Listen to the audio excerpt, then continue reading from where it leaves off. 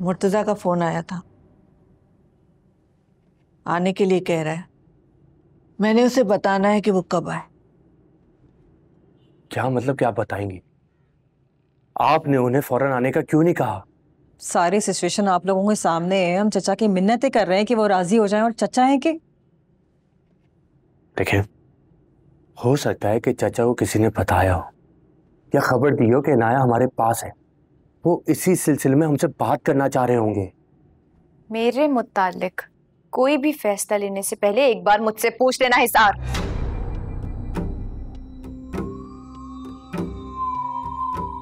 मैं अब पहले वाली अनाया नहीं रही जिसके फैसले दूसरे करते फिरे। तुम्हारे पास कोई ऑप्शन बचा है कि तुम अपनी राय दो? शुक्र करना कि अगर चचा तुम्हारे बच्चे को कबूल कर ले इज्जत के साथ। ना भी करे तब भी मैं मशकूर हूं, और मुझे कोई जरूरत नहीं है दुनिया को सफाइयां देने की। मैं बिना किसी पर बोझ बने भी बहुत अच्छे से सरवाइव कर सकती हूँ।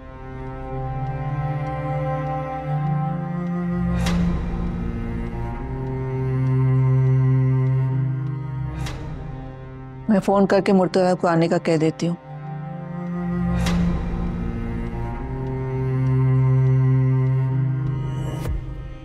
लेकिन तुम दोनों कान खोल के सुन लो।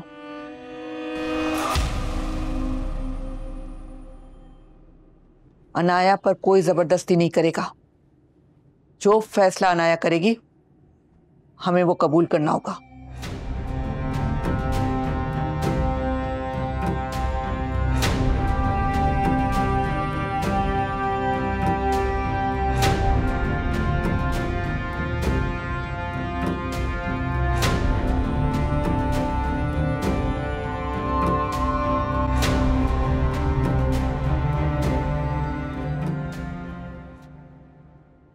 तुम अकेले ही आए हो? सनिया को भी साथ ले आते। बहुत दिन हो गए उसे देखे हुए। उसे कैसे ले आता जब क्या आया ही उसके सिलसिले में बात करनी हो। सनिया के सिलसिले में क्या बात करनी है? कहो, हम सुन रहे हैं। देखो, तुम लोग काफी दिनों से मेरे घर चक्कर लगा रहे हो खून बहा के लिए, और ये जरूरी नहीं कि खून बहा हमेशा पैसों पे ही खत्म किया जाए।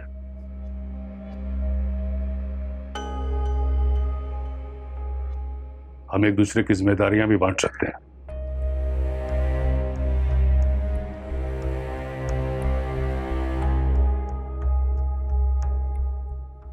किस जिम्मेदारी की बात कर रहे हैं आप? तुम लोगों ने मेरे बेटे को मौत की नींद सुला दिया और मेरी बेटी जिंदा लाश बन के रही। मैं चाहता हूं कि सनिया आबाद हो जाए तो मैं जासिम का खून माफ कर दूंगा। कैसी बात कर रहे हैं चाचा आप? सनिया आप ही मुझे छोटा भाई समझती आई हैं, और ये बात आप अच्छी तरीके से जानते हैं चाचा। तुमने ये सोच भी कैसे लिया कि तुम जैसे घटिया इंसान को मैं अपनी बेटी दूंगा?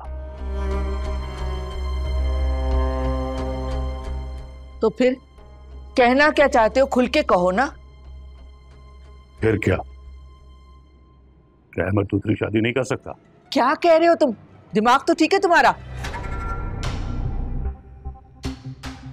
अब अमर के रिहाई और केस का फैसला तुम लोगों के हाथ में। चाहो तो मुझसे कल ही एग्रीमेंट कर।